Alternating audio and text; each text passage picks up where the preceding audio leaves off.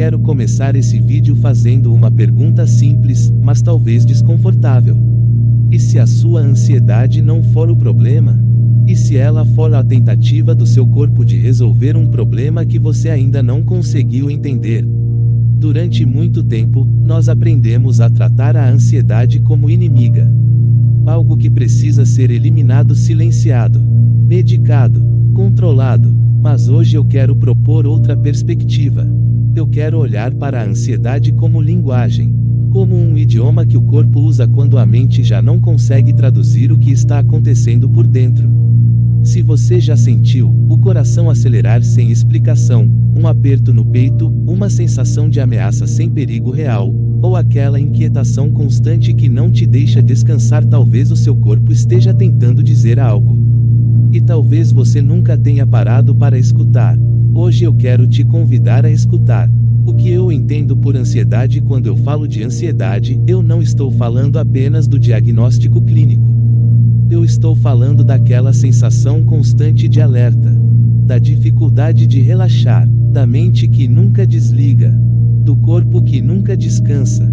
Ansiedade, biologicamente, é um mecanismo de sobrevivência. Ela existe para nos proteger. Ela nos prepara para reagir ao perigo. O problema é quando o perigo não está fora, mas dentro. Na psicanálise, nós entendemos o sintoma como algo que tem sentido. Ele não aparece por acaso. Ele é uma formação de compromisso. É uma solução imperfeita que o psiquismo encontra quando algo não pôde ser simbolizado. E quando algo não é simbolizado, ele é somatizado. O corpo entra em cena. O corpo como porta-voz. Eu gosto de pensar que o corpo é o último a desistir. Quando eu não falo, quando eu não choro, quando eu não imponho limites, quando eu engulo frustrações, o corpo começa a falar por mim. A falta de ar pode ser um sufocamento emocional. O aperto no peito pode ser tensão acumulada.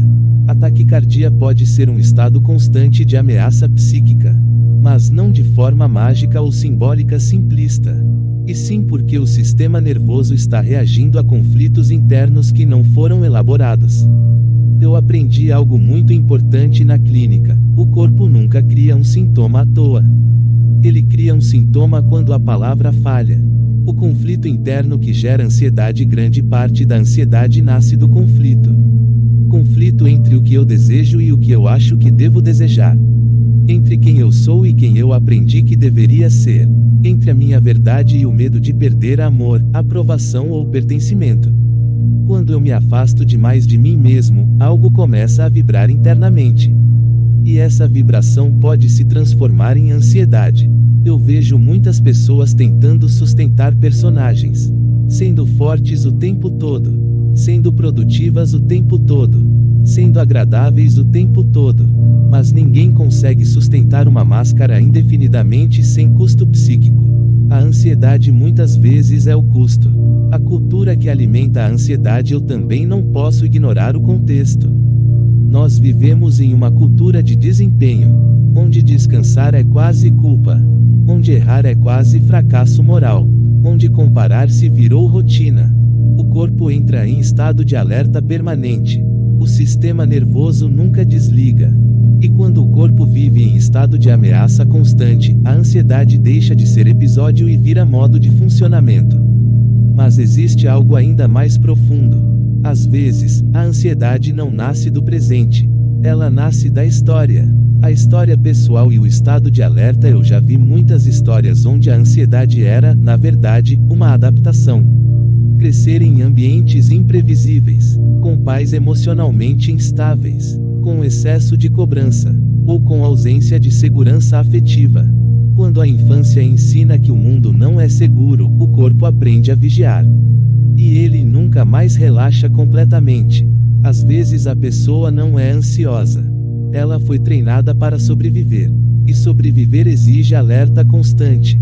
O problema é que sobreviver não é o mesmo que viver. Como eu escuto a ansiedade, eu não vejo a ansiedade como algo que precisa ser combatido imediatamente. Eu vejo como algo que precisa ser escutado. Quando ela aparece, eu pergunto: o que está desalinhado? Que limite eu ultrapassei? Que desejo eu silenciei? Que Que medo eu estou evitando encarar? A ansiedade pode ser um sinal de que algo precisa mudar. Ela pode ser desconfortável, mas ela carrega informação. O erro não é sentir ansiedade. O erro é ignorar repetidamente o que ela está tentando mostrar. A ansiedade como convite. Eu não romantizo a ansiedade. Eu sei o quanto ela pode ser angustiante. Mas eu também sei que, muitas vezes, ela é o ponto de virada. Ela é o momento em que o corpo diz, assim não dá mais. Talvez a sua ansiedade não seja use fraqueza. Talvez ela seja um pedido de reorganização interna. Um pedido de verdade. Um pedido de autenticidade. Um pedido de pausa. Se você aprender a escutar o seu corpo, talvez ele não precise gritar. E talvez, aos poucos, a ansiedade deixe de ser inimiga, e se torne um caminho de autoconhecimento.